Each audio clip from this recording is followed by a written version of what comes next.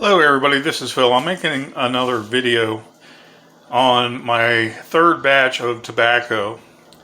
I live in an apartment by myself. I have a lot of space to do this.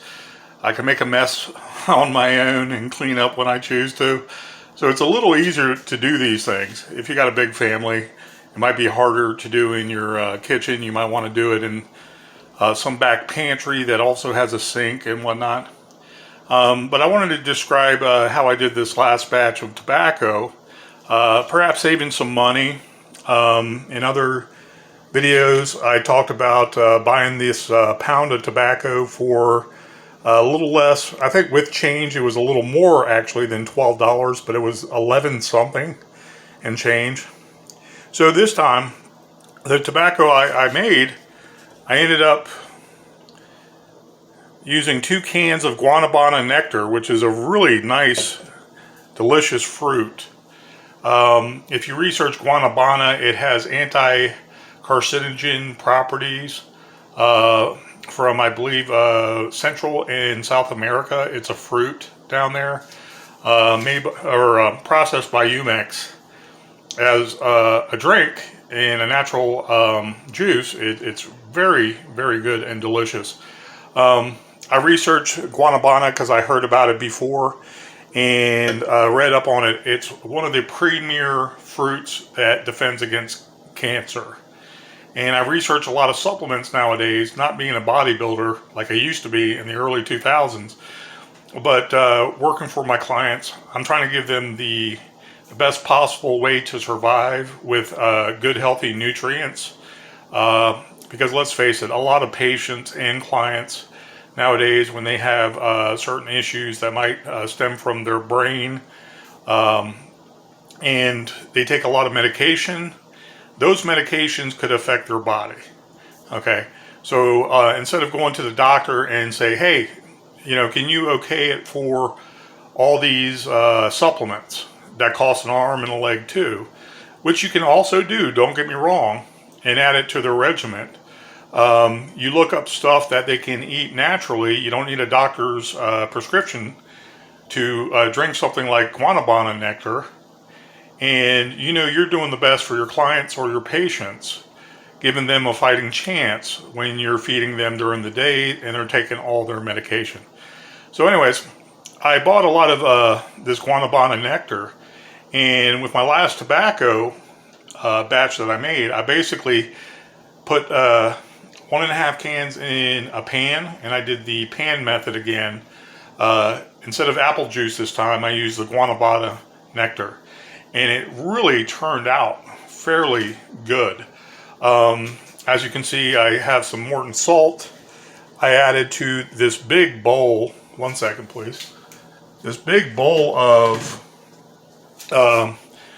tobacco I put in one of these bowls. I ended up using about 60% of the pure tobacco without any fillers or anything like that. But it's be-ribboned. You're going to want to cut it down and make it more fine cut, which I did. I did like half the batch, cut all the way down, and I mixed it in with the other half. I didn't have, at the time, a blender to cut it down more. And I made a full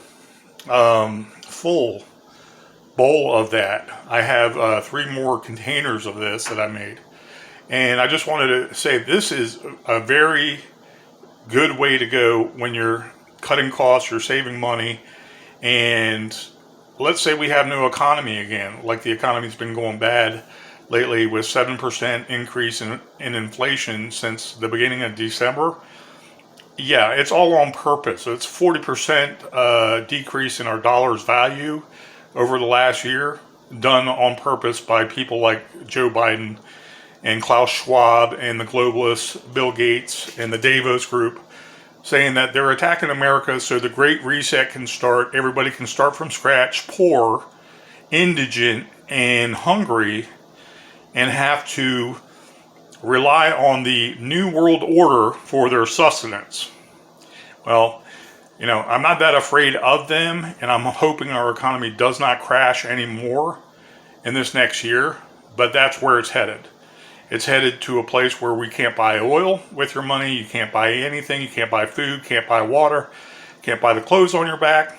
And I'm just wondering, okay, well, how am I going to have tobacco after that will last me a while until this war that was waged on America is won by the Americans that still want freedom to have commerce, prosperity, and happiness, you know? So I'm just working on different projects right now. This is my third batch of tobacco. And what I found is when I mixed it all together with the caramelized somewhat guanabana, and I added the salt, and I kept on mixing it in a pan, and then to the tobacco, it was really nice. But at that time, there was about 85% flavor and fruit and a little bit of saltiness, and then 15% of that pure tobacco flavor. If you look down in there, you can see I use about 60 to 65% of the tobacco bag. And it turned out really good. So I was like, okay, I want to thicken it up some.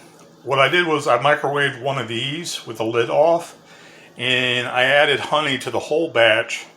I mixed it all in together, and I made about 4 of these, basically Chinese food carry-out dishes. I collect these to use sparingly. I don't use them for food except for maybe one more time after that carry-out meal, because I don't trust the plastics.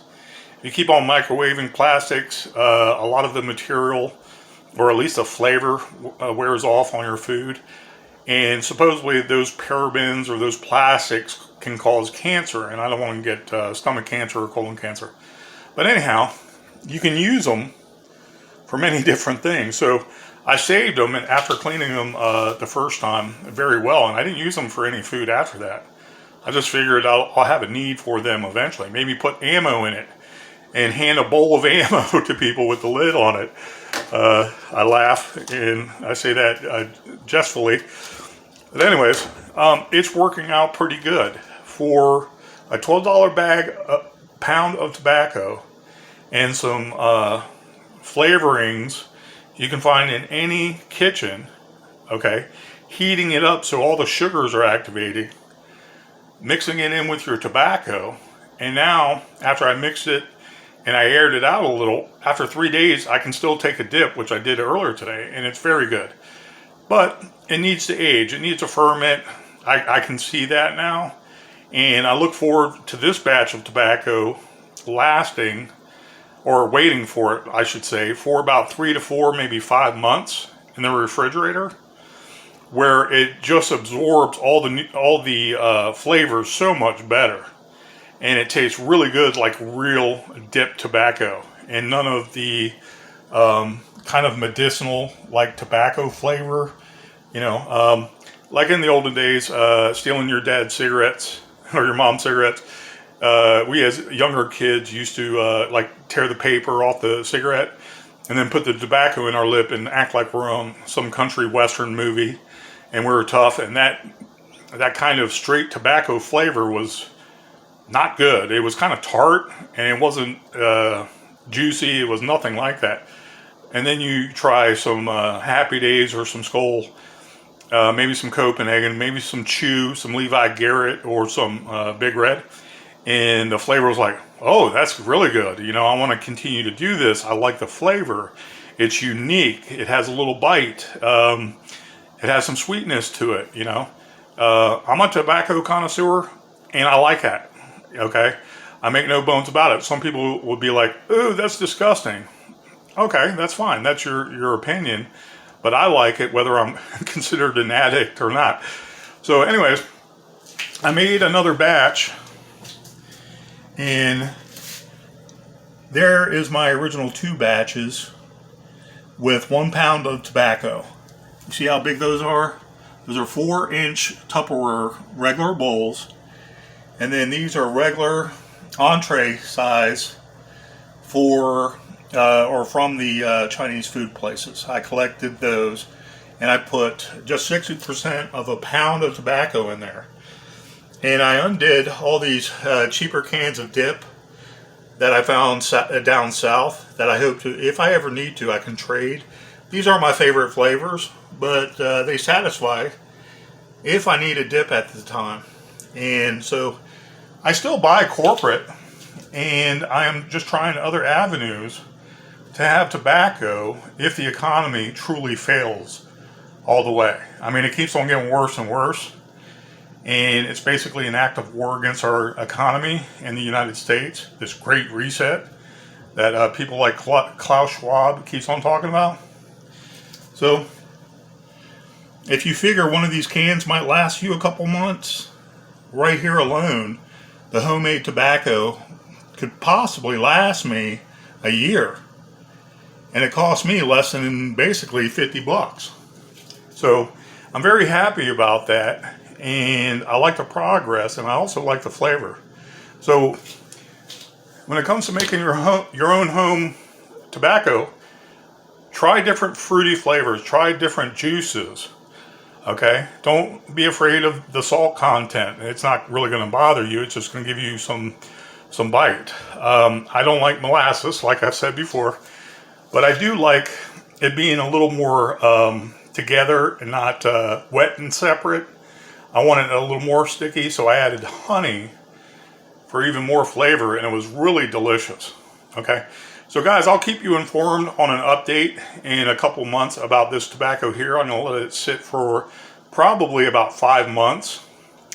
But I want all the juices to basically soak into the tobacco, and the tobacco to be a little bit more dry, but when you use it, it tastes really good. I look forward to that so much, and I look forward to basically it being 100% flavorful and no medicinal or more tart pure tobacco flavor. I like that tobacco flavor, don't get me wrong, but it's not really pleasurable if it's too tart and it's just plain dry tobacco. So don't be afraid to experiment and try your own tobacco out on your own with many different flavors, many different juices, maybe many different spices, salt, fruit juice, and honey. This honey bottle here now, with inflation, probably costs about $3 or $4. But I bought this a while ago. I heated it up and I added it to my tobacco, and it's just delicious tasting it today. And that's after 3 total days. So I look forward to it curing or fermenting on its own. And 2 bags of tobacco, again, $12 a bag, and some small in-kitchen products that you probably already have. Don't be afraid to experiment and enjoy your own tobacco. Thank you guys. Have a good day.